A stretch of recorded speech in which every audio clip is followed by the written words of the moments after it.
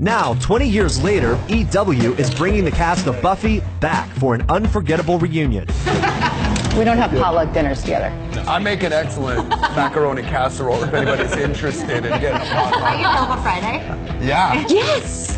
This is surreal. This is like a high school reunion, but much worse because they all still look really great. After Angel left the series for his own spin-off, Buffy developed another vampire crush in season 5. 38-year-old James Marsters played the polarizing bad boy, Spike. Well, that's a boatload of manly responsibility to come flying out of nowhere. What's the matter, Slayer? You're not feeling 100%? James Marsters did theater before this, but this was really his first big role. And also, not British. He's from Texas. Blew my mind. I just told my agent, no, I'm not going to do that. I saw the movie. That's ridiculous. I'm not going to be in that. But they said it was Tuesday night, and they said it's on, in about 15 minutes. Why don't you watch it and call us back after the show? And then 15 minutes into watching you guys, I was like, get me on that show. Yeah. When you first meet Spike, he is hardcore evil. Come on, people. This isn't a spectator sport. And then as you get to know him more and he gets a bigger role in the show, it's more of a gray area. And once he starts to interact with Buffy more, he really falls for her. He really fights to get a soul back because he thinks she might like him that way. Take me out of a world that has you in it. Kill me. I wanted to talk about an unhealthy relationship. And it was borderline abusive till it actually became abusive on both sides. It wasn't just that she was with somebody dark, she found a darkness in herself. This has to do with the consequences of power, because at that point she was comfortable in her power.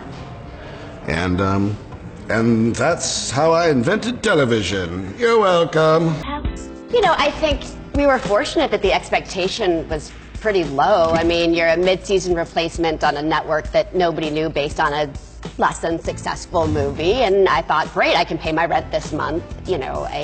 I don't think any of us saw this. No way. I get a hard time for this because I have an opinion as Buffy, okay? I'm not picking between James and David, people. People ask me who I thought Buffy's ultimate, and so I get a lot of hate and a lot of death threats. And serious, I don't like answering this question. Take the fist. Tough. Yeah. So what is it? There was something so beautiful to me about the Buffy and Angel story. This is about Buffy and Angel. Listen, I'm on the same page. I adore James. I'm a little upset right now. I just said, I said you. I said you. I picked you. Where's the rose? There's by the rose. I think that Spike understood a different part of who Buffy was, and I think she needed to understand that and discover that. But for me as Buffy, I think Angel. Not Sarah James Dio. In terms of a long-term relationship, Spike's kind of your guy. He actually went and got a soul because of her, and he was evolved in a different way. You got your soul back. It's what you wanted, right? But Angel's Romeo. I love you. I try not to, but I can't stop. Me too. Can't either. You can't argue with the one that that is the first, that is the most important. That's the grandest love story I will ever tell. You can't argue with that. That's one of my favorite episodes. I remember Joss came up to me and said, I think I've written a good one, and I'm sorry, but you're not in it. And I said, yeah, I read the script, and Spike doesn't want to be within 100 miles of that. Which episode I always go back to, which I thought was going to be so cool. I always thought, I think you and I talked about this, I couldn't wait for the silent episode, just a week of not having to learn lines. It was so hard. So hard. Exactly. Probably one of the hardest episodes we've ever done. Yeah. Was never so tired and physically exhausted. But Joss was so specific about direction. I mean, every little moment. Nope, that was beautiful, but you need to do it half a second later than you did it. It was all planned with an inch. It was pantomime. The pain that you feel, you only can heal by living. Does jumping the shark yeah. I think it was your in his fault, heart. wasn't it? It was. Because you're such a So- good singer. At the house. Sorry. You guys used to go to the house? We used to read Shakespeare at Joss's house, and then at one point I brought my guitar and Joss has a party. I hope she fries. I'm free if that bitch dies. I better help her out. While the Buffy saga survives in print, fans continue to clamor for a live-action reboot. Great, beautiful. If Joss is helming it, hell yeah.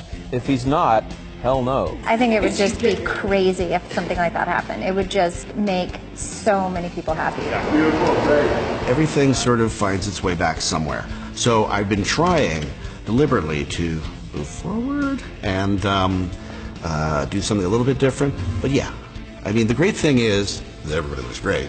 And the other great thing is that the show is about growing up. We did it with these guys. You come back, they'd be the age, that they basically are. They probably play a little younger because you do that, and they can. But yeah, you would see somebody going through their life at a different stage. It wouldn't be like, I can't believe we're still in high school. I wear Depends.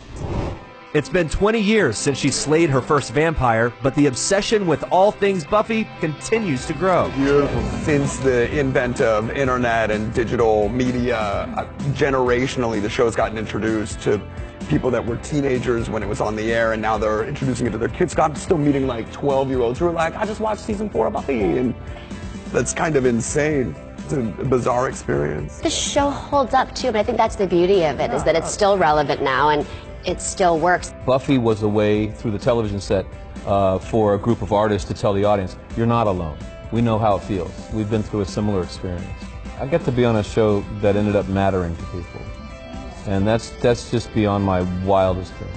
The most important thing to me is that I've had people come up to me and say, this show made me feel different about what I could be, about what I could do, about how I respond to problems, about being or being with a female leader. People getting strength from my own little terrors there's no better legacy than that. That's it. That's why we write. I think as an actor, you ultimately hope to do something that resonates, right? That people, what's your legacy? And I think for all of us here, we have been a part of something that's bigger than us, that still holds up, and I mean, it's all you can ever really hope for, I think. Yeah.